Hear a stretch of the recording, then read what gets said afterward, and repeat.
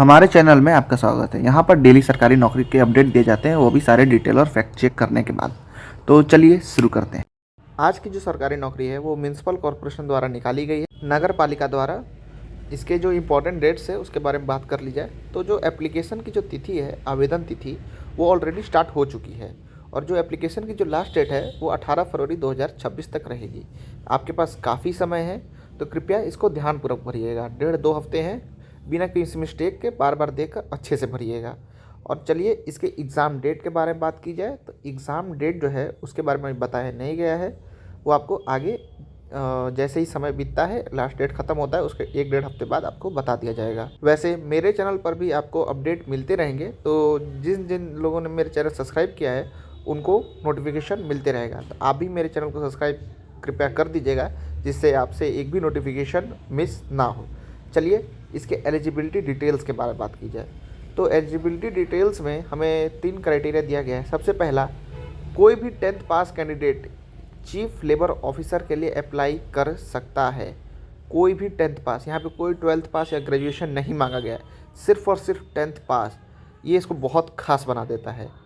और रही बात एक्सपीरियंस की, तो सेकंड पॉइंट हमारा है कि यहाँ पे कोई भी एक्सपीरियंस नहीं मांगा गया है, और अगर आपके पास है तो आपको उसका सर्टिफिकेट देना आवश्यक है, उसका सर्टिफिकेट होना चाहिए।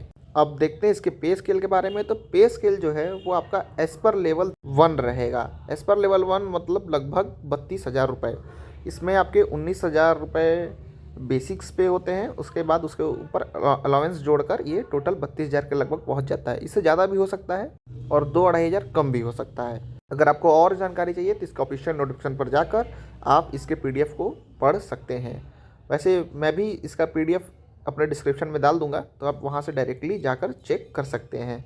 चलिए अब इसके एज लिमिट के बारे में बात की जाए। जो एज लिमिट है वह आपकी 22 जनवरी 2026 से काउंट होगी।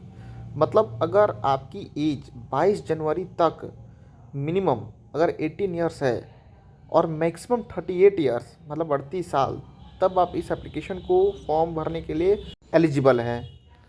और रही बात एज रिलैक्सेशन की, तो जो बैकवर्ड कैटेगरी के लोग हैं उन्हें 5 साल का एज रिलैक्सेशन मिलेगा। मतलब वो 43 ईयर्स तक इस फॉर्म को भर सकते हैं।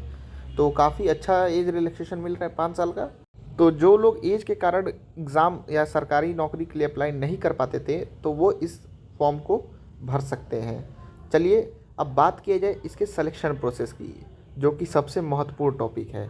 तो सिलेक्शन प्रोसेस में यहाँ पर कुछ चीज़ें मेंशन की गई हैं। जैसे सबसे पहला जो एग्ज़ाम होगा वो रिटन एग्ज़ाम होगा, MCQ बेस्ड, मतलब ऑब्जेक्टिव टाइप।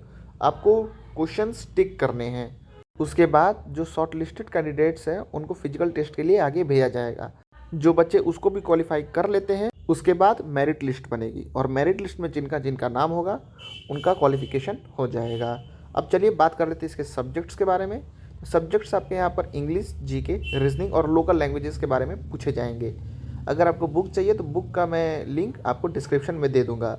और अगर आपको और जानकारी चाहिए तो हमारे ऑफिशियल नोटिफिकेशन पर जाकर इसके बारे में और डिटेल आप प्राप्त कर सकते हैं। इसी के साथ साथ इस वीडियो को हम यहीं पर समाप्त करते हैं। मेरा उद्देश्य ये है कि हम किसी भी स्टूडेंट्स का वक्त ना गंवाएं और सटीक से सटीक, पॉइंट टू पॉइंट सटीकता से इन्फॉर्मेशन देते रहें। क्या मतलब है 10 मिनट का वीडियो बनाने का? टाइमलाइन के तहत मैं हर एक चीज़ लाइन बाय लाइन आपको बता दूंगा। वीडियो ख़त्म, क्या इतना लंबा वीडियो बनाने की ज़रूरत है? धन्यवाद। हमारे चैनल को लाइक और सब्सक्राइब जरूर करें।